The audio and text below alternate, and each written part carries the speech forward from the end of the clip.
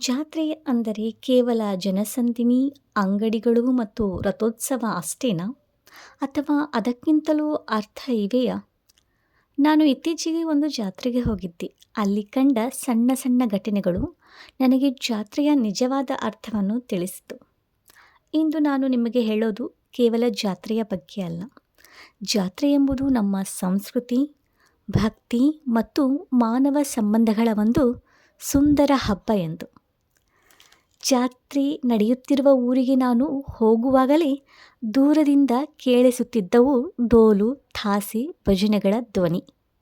ಮಾರ್ಗದ ಎರಡೂ ಬದಿಗಳಲ್ಲೂ ಬಣ್ಣ ಬಣ್ಣದ ಅಂಗಡಿಗಳು, ಮಕ್ಕಳ ಆಟಿಕೆಗಳು, ಮಣ್ಣಿನ ಪಾತ್ರೆಗಳು, ಹಣ್ಣುಗಳು ಮತ್ತು ಜನರ ಉತ್ಸಾಹ.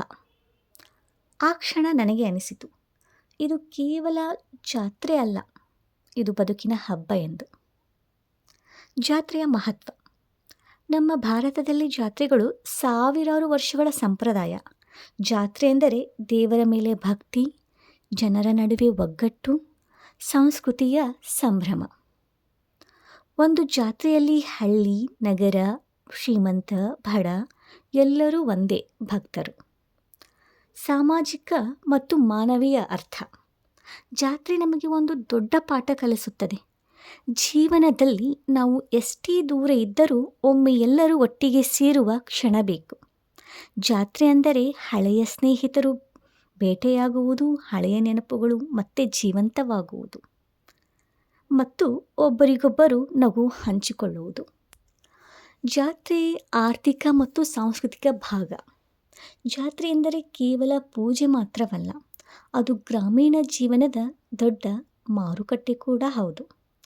ಅಲ್ಲಿ ನೋಡಬಹುದು ಮಣ್ಣಿನ ಪಾತ್ರೆಗಳು, ಕೈಗಾರಿಕಾ ವಸ್ತುಗಳು, ಕೃಷಿ ಉಪಕರಣಗಳು, ಆಟಿಕೆಗಳು ಹಾಗೂ ಸ್ಥಳೀಯ ಆಹಾರ. ಇದು ಹಲವಾರು ಸಣ್ಣ ವ್ಯಾಪಾರಿಗಳಿಗೆ ಜೀವನೋಪಾಯ ನೀಡುವ ಹಬ್ಬ. ಕಲೆ ಮತ್ತು ಮನರಂಜನೆ. ಜಾತ್ರೆ ಅಂದರೆ ಕಲೆಗಳ ಹಬ್ಬವೂ ಹೌದು. ಅಲ್ಲಿ ಕಾಣಬಹುದು ಯಕ್ಷಗಾನ, ನಾಟಕ, ಭಜನೆ, ಜೋಕಾಲಿ. ಈ ಎಲ್ಲವೂ ನಮ್ಮ ಪಾರಂಪರಿಕ ಕಲೆಯನ್ನು ಜೀವಂತವಾಗಿಡುತ್ತವೆ. ದಾಸೋಹ ಮತ್ತು ಮಾನವೀಯತೆ. ಜಾತ್ರೆಯಲ್ಲಿ ನನಗೆ ಅತ್ಯಂತ ಸ್ಪರ್ಶಿಸಿದ್ದದ್ದು ದಾಸೋಹ.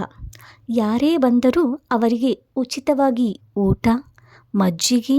ಅಲ್ಲಿ ಯಾರೂ ಕೇಳೋದಿಲ್ಲ ನೀವು ಯಾರು ಎಂದು. ಅಲ್ಲಿ ಒಂದೇ ಮಾತು, ಬನ್ನಿ ಊಟ ಮಾಡಿ. ನನಗೆ ಆ ಜಾತ್ರೆಯಲ್ಲಿ ಒಂದು ದೊಡ್ಡ ಅರಿವು ಆಯಿತು.